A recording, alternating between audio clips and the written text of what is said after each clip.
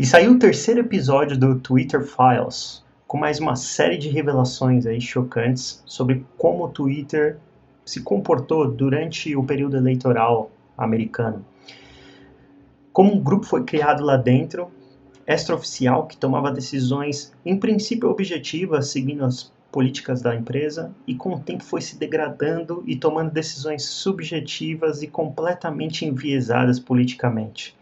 Como esse grupo cooperava com agências federais dos Estados Unidos, como utilizou ferramentas e criou ferramentas novas para atacar especificamente Trump, como usou bots para atacarem também Trump, e como a regra era completamente diferente para julgar tweets pró-Trump e contra Trump. Vamos checar essa história.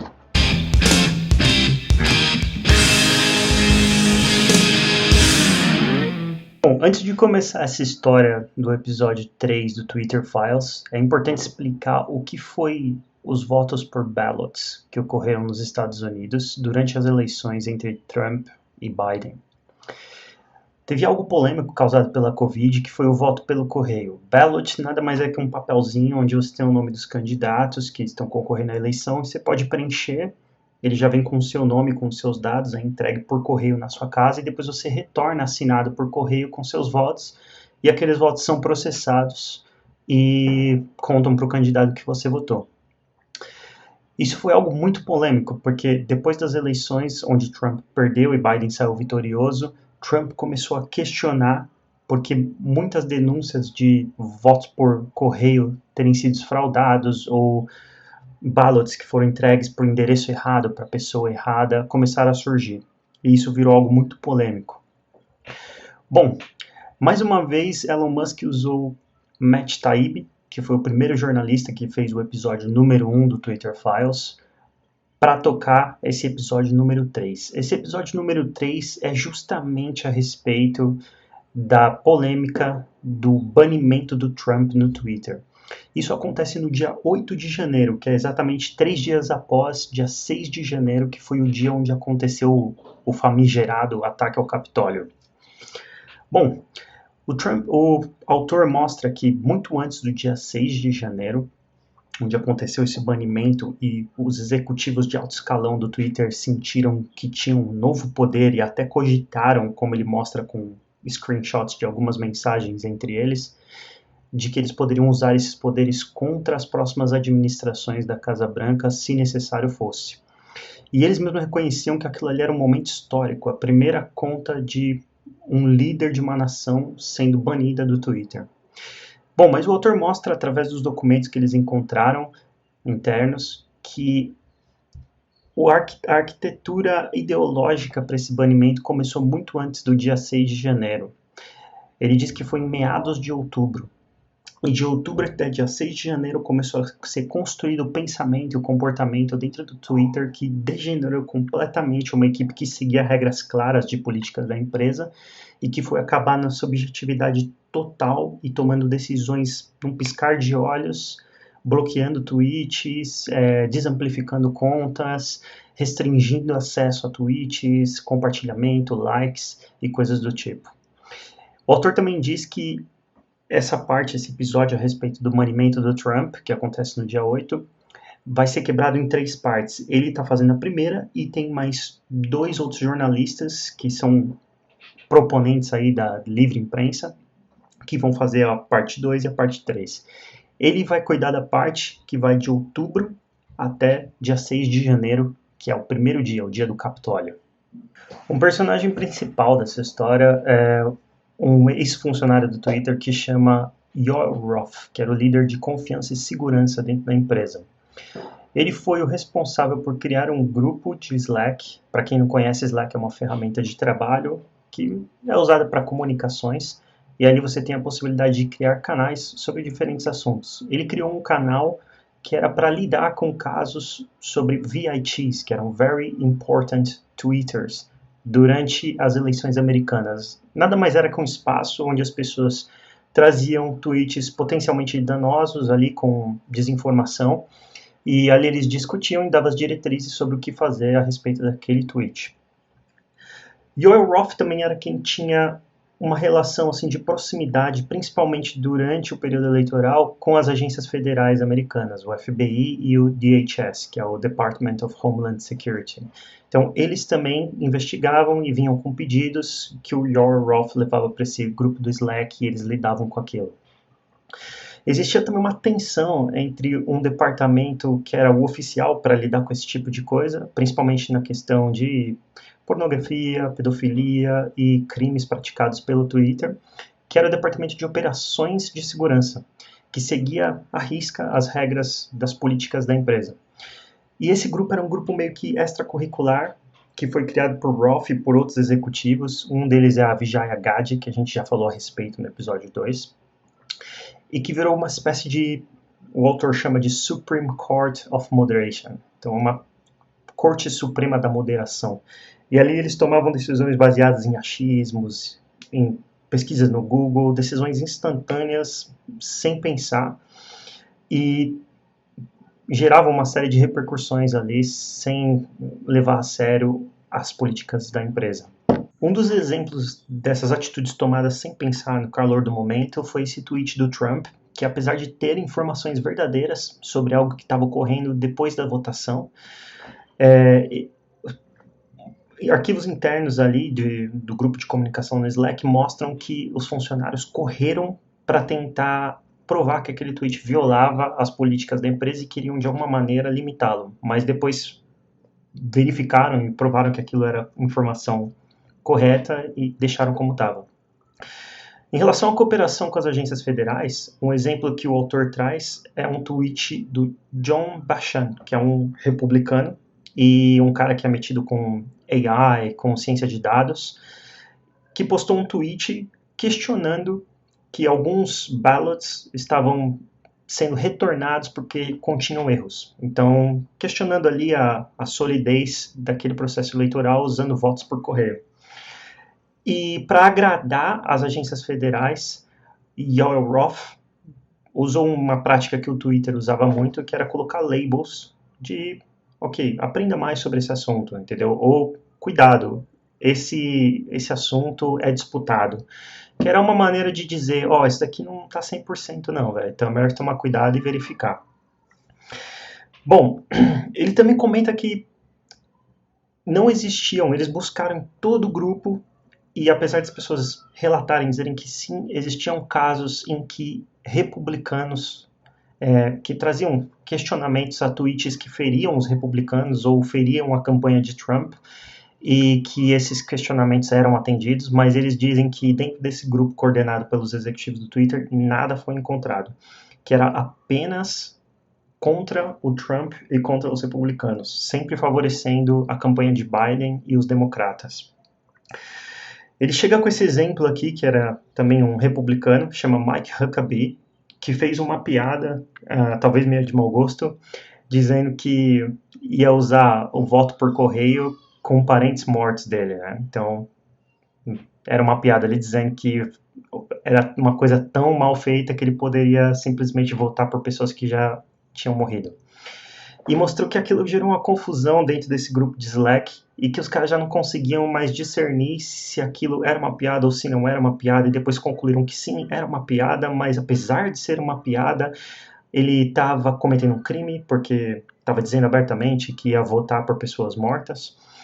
E depois, como um último recurso, disseram, não, tá, é uma piada, porém, isso daí pode influenciar as pessoas. Então era meio que aquela coisa ali, tentando dar volta para conseguir achar uma desculpa, para ver algum problema naquilo. Nesse caso em específico, eles acabaram desistindo de bloquear o tweet ou diminuir a relevância, porque na própria linguajar dele, eles já tinham poked enough bears, quer dizer que eles já tinham mexido com muito peixe grande, então era melhor deixar aquilo quieto. Esse caso é emblemático que ele mostra a confusão que estava rolando dentro desse grupo e como critérios que deveriam ser objetivos, baseados na política da empresa, estavam virando totalmente subjetivos e que eles estavam basicamente tentando achar pelo em casca de ovo para encontrar razões para fazer o que eles já queriam em primeiro lugar, como disse o autor no começo de tudo. Bom, o que acontecia? Se alguém fizesse uma piada e esse alguém fosse um republicano, pô, aquela piada foi uma piada ou não foi uma piada? Mas tá, foi uma piada. Ok, mas essa piada pode gerar uma desinformação? Ah, essa piada pode causar alguma incompreensão? Se algum republicano repostasse um vídeo, por mais que aquele vídeo não tivesse nenhum conteúdo que fosse desinformação ou a respeito de fraudes, ali eles iriam discutir, tá bom, mas com qual intenção esse republicano postou esse vídeo? Foi uma boa intenção ou foi uma má intenção? Se alguém que pegou um print de um tweet que estava sendo suprimido pelo Twitter, sem o usuário saber, fez um print e divulgou, como aconteceu com James Wood, vocês vão ver daqui a pouco, tá bom, mas por que ele está postando esse print? Ele concorda ou discorda? Então todos os critérios ali viravam uma lambança simplesmente para justificar o que, seja lá o que for que eles queriam fazer em primeiro lugar.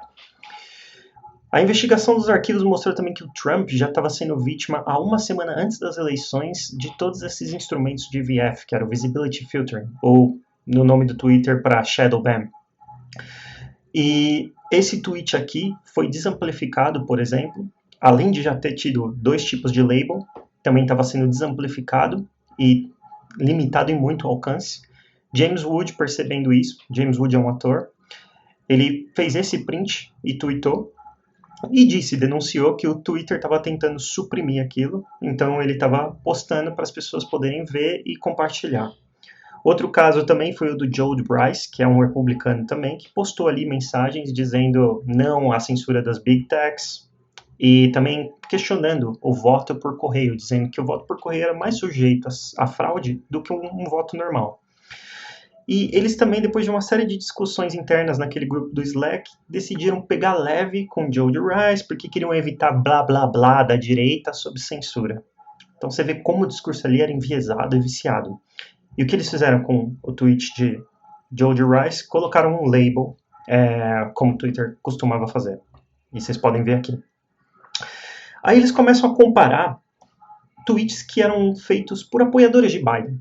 Nessa época aí das eleições, e até por causa dos ballots também, tinha a outra teoria, que era a teoria de esquerda, dizendo que Trump iria roubar as eleições, entendeu? Utilizando-se desse voto por correio.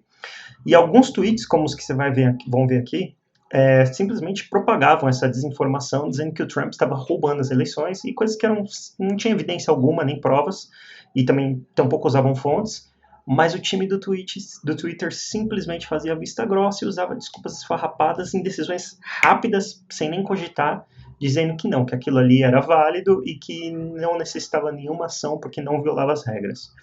Então, por exemplo, nesse tweet aqui, que diz claramente que Trump estava tentando roubar as eleições, os membros daquele grupo de Slack disseram que não, tudo bem, isso é normal, eles só estão preocupados que os ballots cheguem a tempo de ser contabilizados nas eleições.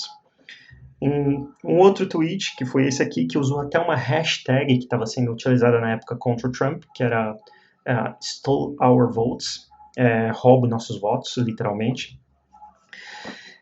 Foi questionado e trazido para esse grupo, e esse grupo respondeu rapidamente também, dizendo que não, era compreensível, que era uma referência a uma decisão da Suprema Corte.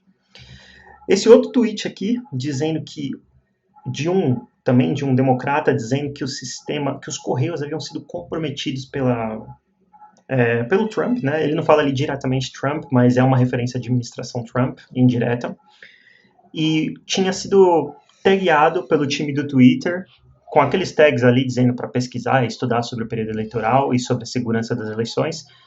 O Yoel Roth pediu para ser removida essa tag, porque ele verificou e tudo ali era factível, era verdade. Então não necessitava de label nenhum. Bom, o Trump, no dia 10 de dezembro, recebeu, na verdade, dentro do Twitter, no dia 10 de dezembro, o time anunciou a criação de uma nova ferramenta, que era um L3, acredito que seja Level Tree, que iria potencializar os labels de warning. Então, se um Twitter recebesse um label de warning, o que aconteceria? Esse tweet não apenas mostraria o label, mas ele também seria desamplificado em muito e diminuiria seu alcance. A ideia dessa ferramenta era para ser utilizada contra um tweet de Trump. Não, na verdade não contra um tweet, contra uma série de tweets, porque cerca de 10 de dezembro, Trump fez uma série de tweets, alguns até acusando de um golpe estar ocorrendo no pós-eleição nos Estados Unidos. E o Twitter criou essa ferramenta dedicada a tratar desses tweets do Trump. Outra coisa que eles começaram a utilizar também foram bots. Bots nada mais são que programas de computador, automatizações, que eles usavam para simplesmente ficar traqueando ali todos os tweets que o Trump soltava e colocavam palavras-chave, ou não sei, até de repente palavras-chave dentro de vídeos que o Trump retweetou, ou inteligência artificial para verificar imagens. E simplesmente esse bot, o que ele fazia automaticamente o que esse grupo costumava fazer manualmente, que era colocar tags de warning nos tweets, ou desamplificar, ou às vezes bloquear, tá? Bom, o autor aí chega numa parte meio que final, dizendo que para a próxima etapa, que foi os dias que antecederam ali o bloqueio do Trump, o ataque ao Capitólio e o bloqueio do Trump finalmente no dia 8 de janeiro, você precisa entender o que ele chama de Twitter Speak. Twitter Speak, ele faz uma referência, para quem não conhece, à obra de George Orwell, o livro 1984, onde na tradução para o português a gente tem a nova língua, que era uma maneira de simplificar a língua, destruir a língua de uma nação e fazer as pessoas não terem a possibilidade, a capacidade de pensar sobre assuntos complexos. Ele faz essa referência, dizendo que dentro do Twitter eles usavam Twitter Speak, mas acho que foi mais pela piada do que seriamente, e que é importante entender alguns termos que eles utilizavam, e que talvez a gente fale deles no próximo episódio, para entender o resto da história. E, bom, para finalizar, ele mostra que o que aconteceu dentro do Twitter foi algo cumulativo e que acabou infectando todas as pessoas que trabalhavam ali dentro com um sentimento, uma ideia de que a empresa Twitter tinha a responsabilidade de controlar tudo que era discursado e moldar o que as pessoas poderiam falar ou não. Então, muitas pessoas foram envolvidas por esse sentimento de grupo, essa coisa coletiva, de achar que estavam fazendo realmente uma coisa séria, certa e positiva. Bom, eu vou ficando por aqui. Eu agradeço mais uma vez vocês por estarem acompanhando aí todos esses episódios do Twitter Files. E já saiu o episódio 4, assim que der eu já vou soltar um vídeo também sobre o episódio 4, e tá para sair o episódio 5. Então o episódio 4 vai ser o dia 7, e o episódio 5 vai ser o dia 8, quando o Trump foi finalmente banido do Twitter. Eu fico por aqui então, obrigado, viva a liberdade!